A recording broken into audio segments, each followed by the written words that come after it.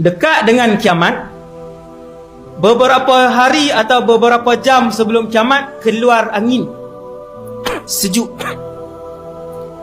Angin tu bila kena orang Islam, mati orang Islam. Allah nak matikan keseluruhan orang Islam sebab sebentar lagi akan berlaku kiamat. Sesiapa yang ada di dalam hatinya iman sebesar zarrah, maka dia akan mati dengan angin sejuk itu. Angin tu keluar, dia pusing satu bumi ni, kena orang beriman Islam, mati. Kalau tak mati, bermaksud orang itu besar zarrah pun tak ada iman dalam hati dia. Zarrah ni tak boleh tengok dengan mata kasar, tidak dapat dilihat dengan mata kasar. Yang tengok kiamat hanya kafir totok sahaja, kafir original sahaja yang melihat kiamat.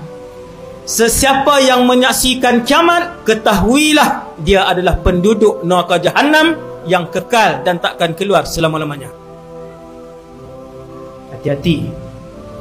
Hari ini ada 7 bilion orang. Tuan-tuan, berapa yang Islam dan berapa yang tak Islam? 7 bilion, 5 tak Islam, 2 saja Islam.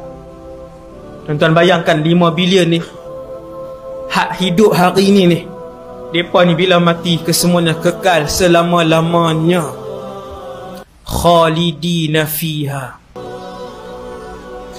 Boleh bayang tak?